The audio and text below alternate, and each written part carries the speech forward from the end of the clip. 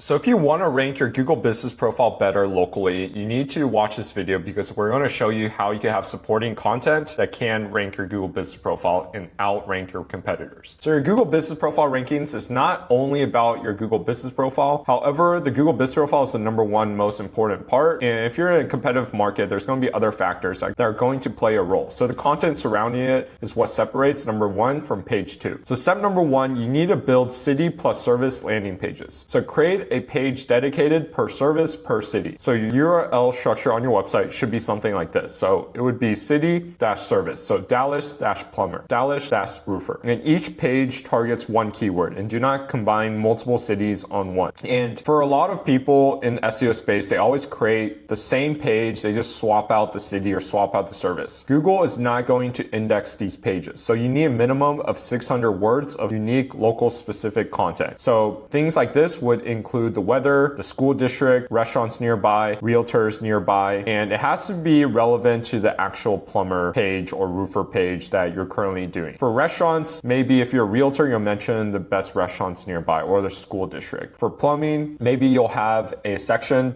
dedicated to why this plumbing in this specific city, why is it an issue with city ordinance and guidelines as well. Next thing, the content must signal local relevance. So you need to mention the neighborhoods, landmarks, or local context naturally. And one big thing to actually signal that you're local is embedding the Google Maps widget on the page and including the NAP, name, address, phone number, matching your Google business profile exactly. So Google business profiles with a matching city landing page rank 2x better than those without. And step #2 is you need to publish supporting blog content. So write locally focused how-tos and FAQ posts. You could target long tail questions like, what does a plumber charge in Houston? What does a plumber charge in Los Angeles? And you answer the questions your customers actually ask before booking. And you internally link all the blog posts back to your service plus city landing page. So let's say we have a blog post that says how much does a plumber charge in Houston. We'll need to link it to plumbing in Houston landing page that we created as well. And then we need to use supporting content to capture AI search. So ChatGPT and Perplexity pulls answers from well-structured blog posts. So you need to use clear H2 headers with question format headings, and you need to add the FAQ schema markup to every single post. And if you're not familiar with the FAQ schema, you could go ahead and go to leadoracle.ai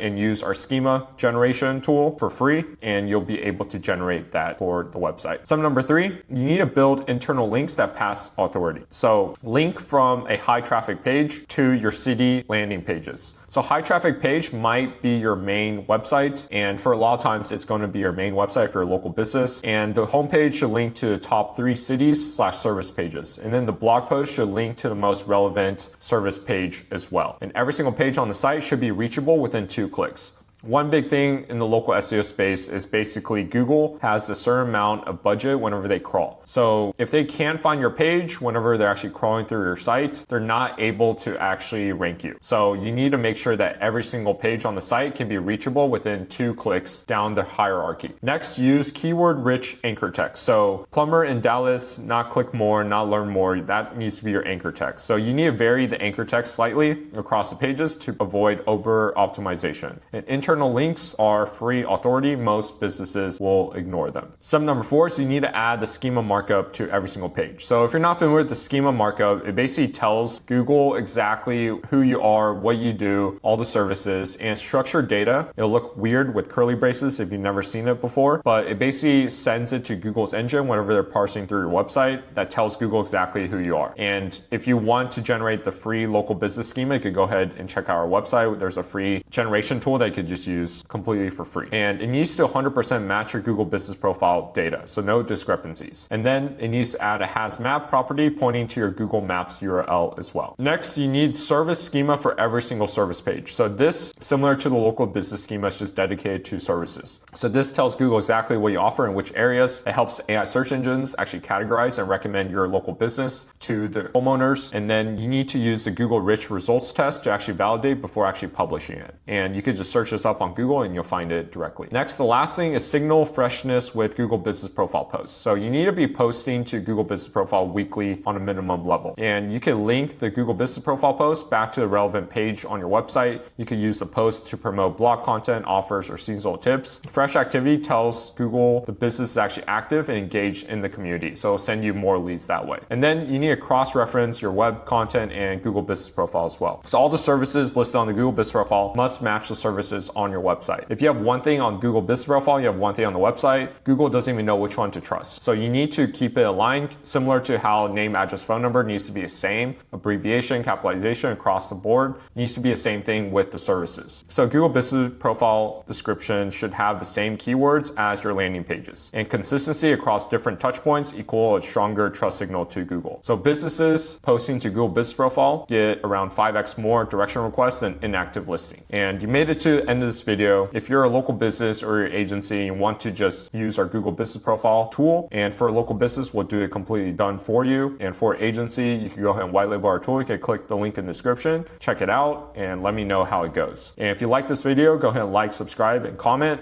and I'll see you in the next video.